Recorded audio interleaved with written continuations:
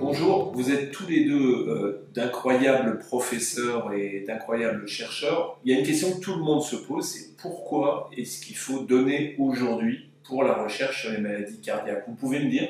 Les maladies cardiovasculaires représentent à elles seules la première, voire parfois la deuxième, mais en tout cas dans les deux premières causes de décès de par le monde.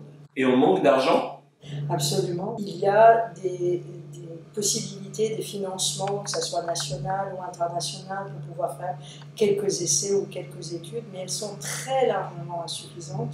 Mais vous, professeur, si on récolte des millions d'euros supplémentaires, ça serait quoi pour vous la priorité des priorités et l'urgence? Il y a des versants qui sont de la recherche fondamentale, et puis il y a ce qu'on appelle la recherche clinique, c'est-à-dire à partir des patients, des malades qui ont des maladies cardiaques. Et puis il y a un troisième type de recherche qu'on appelle la recherche clinique épidémiologique, qui consiste à finalement suivre des patients qui ont une maladie donnée, à les suivre dans le temps pour voir d'abord à quoi ils correspondent, quel type de patients ont cette maladie, ensuite comment on les prend en charge. On entend dire qu'il y a un registre.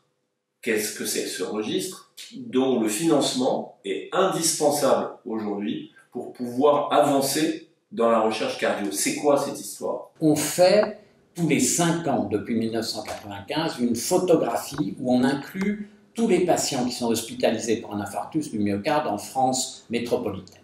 Et on prend les données de ces patients et on regarde comment ils sont traités, et ensuite on suit ces patients pendant 10 ans.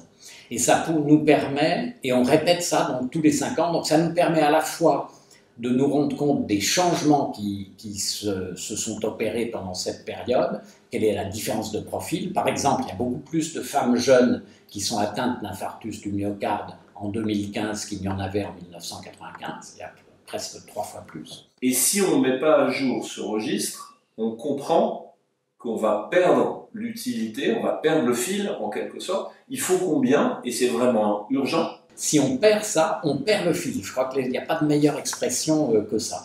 Et on sera plus capable de savoir où on en est et là où il faut continuer de faire des progrès. On craint qu'actuellement la mortalité reparte à la hausse. Et alors 2 chiffres, il faut combien de millions avant quelle date? Alors il faut 3 millions d'euros pour pouvoir faire le registre, le prochain registre.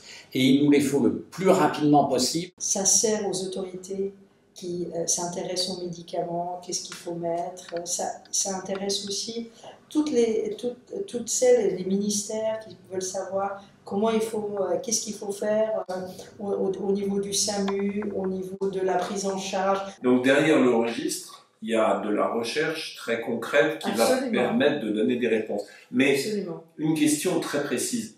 C'est pas l'État, c'est pas l'hôpital qui finance, il faut que ça soit des donateurs privés, c'est ça? L'État s'intéresse aux données, l'hôpital s'intéresse aux données, tout le monde s'y intéresse, mais le financement ne peut venir que d'un engagement privé, de fondations et les entreprises, alors qu'en réalité, Nicolas l'a dit, on meurt moins de l'infarctus, mais on a toutes les conséquences de l'infarctus qui existent. L'insuffisance cardiaque, entre autres, qui fait que non, on peut être très mal, on est essoufflé, on n'est pas bien du tout pendant des années, et toutes les autres conséquences. Quand on a une maladie avec de la graisse dans ses artères, on peut faire des accidents vasculaires cérébraux avec des handicaps importants, on peut avoir d'autres problèmes ailleurs. Ce que vous nous dites, c'est comme on donne contre le cancer ou contre les maladies orphelines, il faut aujourd'hui donner contre les maladies cardiaques, et vous nous dites aussi que ce registre, c'est le socle de la recherche, c'est bien ça?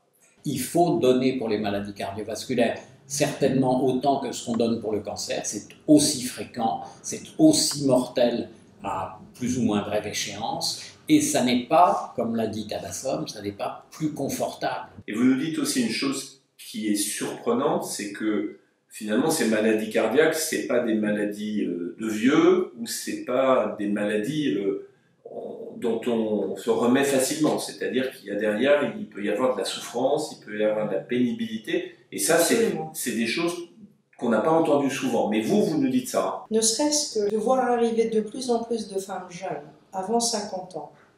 Il a parlé de multiplier par 3 quand même. Et pour vous qui êtes des grands chercheurs, la Fondation Cœur et Recherche, elle a une grosse responsabilité dans l'avenir. Et derrière la Fondation, tous ceux qui nous regardent, tous ceux qui nous écoutent, ils doivent penser à aider cette recherche-là, à laquelle on ne pense pas spontanément, c'est ça?